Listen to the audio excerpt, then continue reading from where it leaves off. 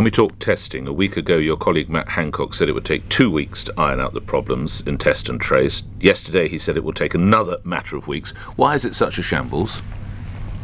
Well, look, Nick, capacity is trying to meet increased demand. So we've got issues with lab testing. We're increasing the number of laboratories. We're increasing the number of test centres. But I accept there is more work to be done as demand increases. Matt has announced his intention in the next day or so to set forth a priority list, which again will give us much needed clarity when it comes to what we should be doing in seeking a test. This is a huge challenge. I'm not shying away from it. Neither is the government. But he keeps missing deadlines. He keeps missing deadlines, Mr. Buckland. It's not a good look. Some would argue it's not acceptable, Secretary of State.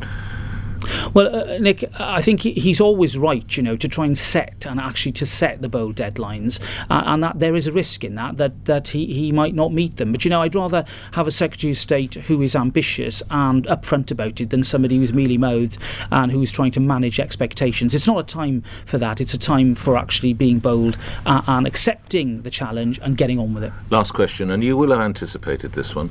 You look out of your back window and there are 7 or 8 people having a barbecue in your neighbour's back garden. You are the Justice Secretary. I don't need to remind you. Indeed, you're the Lord Chancellor as well, for that matter. Secretary of State, what action would you take? Would you shop your neighbour?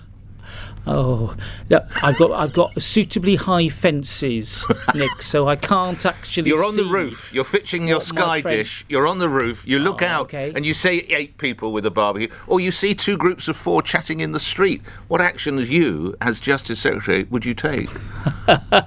Well, look, my neighbours are very responsible people. I'm not going to reveal their identities, but I know they wouldn't transgress the law.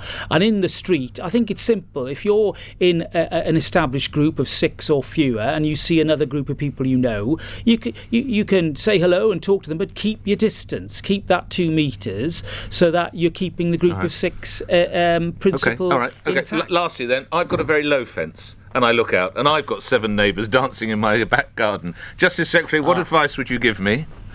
Well, don't mingle. Do I shop them? Keep your distance.